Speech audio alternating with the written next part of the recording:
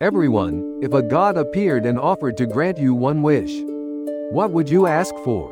Wealth, fame, eternal life, or a talent no one could ever match? Once you step into Greek and Roman mythology, that question starts to feel a lot more dangerous. Because when the gods give a gift, there is usually a catch. Today, we are diving into stories where a blessing looked beautiful on the surface, but turned out to be a curse in disguise. And by the end of it, you might think twice before making a wish. Let's start with the most famous example, King Midas. In myth, Midas was the king of Phrygia. One day, Silenus, the teacher of Dionysus, lost his way and collapsed in the royal garden. Midas recognized him, treated him with great care, and safely returned him to Dionysus. Touched by that kindness, Dionysus offered Midas one wish. Midas did not hesitate. He asked that everything he touched would turn to gold. At first, it must have felt like a dream. He tapped a tree branch, and it became shining gold. A stone became a block of gold. Before long, the palace itself was glowing with it, and Midas had become the richest man in the world. But then the problem appeared. When he sat down to eat, the grapes in his hand turned to gold. Bread became gold. Even water became something he could no longer drink. He began to starve. In a moment, the gift of the gods had become a curse. And then came the most tragic part. His beloved daughter ran into his arms, and the instant he touched her, she became a golden statue.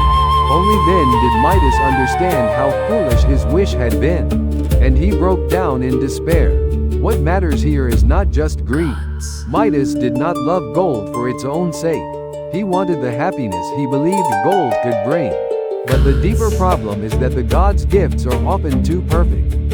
Once everything is filtered through a single idea, even the most basic parts of life, eating, drinking, loving someone, stop being possible. In these myths, the gods hand over pure concepts, but they never stop to think about how those concepts would work in a human life. That part is left to us.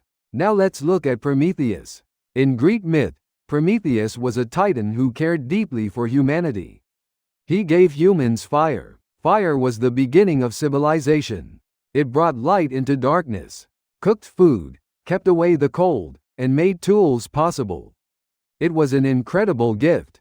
But Zeus was furious. Fire had been a privilege of the gods, and Prometheus had handed it to humans. Zeus answered with revenge. He created Pandora, the first woman, and sent her into the world, carrying what later became known as Pandora's box. Unable to resist her curiosity, Pandora opened it, and out poured every kind of suffering, sickness, sorrow, hatred, poverty, and death. By the time the lid was shut again, only hope remained inside. But here is the question. What if the deeper curse was hidden in Prometheus's gift from the beginning? Fire opened the door to civilization, yes, but it also opened the door to war. Humans used fire not only to survive, but to destroy one another. It became a tool for making stronger weapons, and a force that could damage the natural world. As human progress grew, so did human desire. Without fire, people in myth might have lived more simply, closer to nature. But they might never have stepped into the chain of disasters that followed. In that sense, Pandora's box does not stand apart from the gift of fire. It feels more like its dark echo. Now let's talk about a story that gets less attention, Sisyphus. In myth, Sisyphus was the king of Corinth, and he was known as one of the most cunning men alive. At one point, he tricked Thanatos, the spirit of death, and bound him in chains. That meant death itself vanished from the world. No one could die anymore. On the surface, it sounded like a miracle. Eternal life is one of humanity's oldest dreams. But as time passed, the horror of it became clear. Pain did not end. Illness did not end. Suffering did not end. The myth suggests that once death is removed, life does not become beautiful. It becomes unbearable. Zeus finally stepped in at Ares's request, freed Thanatos, and sent Sisyphus to the underworld. But even there, Sisyphus tried to outsmart death. Before he died, He had told his wife not to perform the proper funeral rites. Then in the underworld, he complained to Hades that his wife had failed in her duty, and asked to return briefly to the world above to punish her. Of course, he had no intention of coming back. In the end, he was captured again, and given one of the most famous punishments in mythology. He had to roll a huge boulder up a mountain, only for it to fall back down every time it reached the top. Then he had to begin again, forever. And maybe that is the heart of the story. Sisyphus lost death, which may have been a blessing all along. And in its place he gained endless meaninglessness.